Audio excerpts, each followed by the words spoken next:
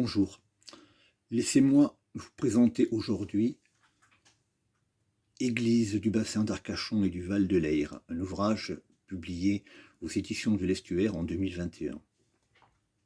À l'époque, je parcourais notre belle région pour y recenser et y photographier l'ensemble de ses chapelles et églises. La plupart construites à la fin du XIXe siècle, quelques-unes plus rares, datant du Moyen Âge. 40 au total. Dans cet ouvrage, illustré, de nombreuses photographies vous proposent de découvrir l'histoire de chacune d'elles, en soulignant les détails de leur architecture et la nature de leur mobilier, peinture et statuaire.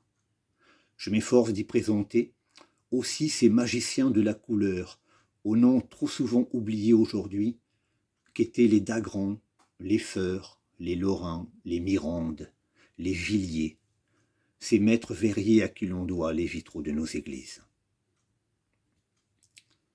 L'ouvrage vous transportera autour du bassin et le long de la Leyre, depuis l'église Notre-Dame des Flots, de Lège-Cap-Ferré à l'architecture moderne, à l'église du Vieux Lugo, cachée au fond des bois depuis le Moyen Âge.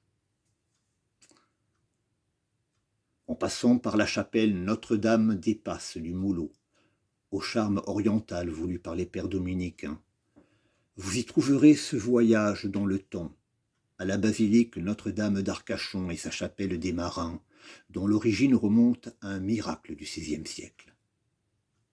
Plus loin, Saint-Éloi d'Andernos, construite au XIe siècle elle aussi, vous interpellera par sa simplicité, mais surtout par la fresque murale, énigmatique et si longtemps cachée, de sa chapelle nord.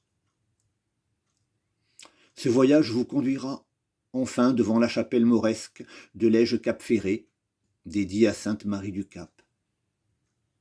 Bien plus loin, devant l'église romane Saint-Pierre de Mons, devant Saint-Martin de Mios, Saint-Vincent de la Teste. Tous ces édifices cultuels sont bien sûr aussi, et surtout, les nefs d'un voyage spirituel autrement plus important. Je vous invite à les découvrir. Merci de votre écoute.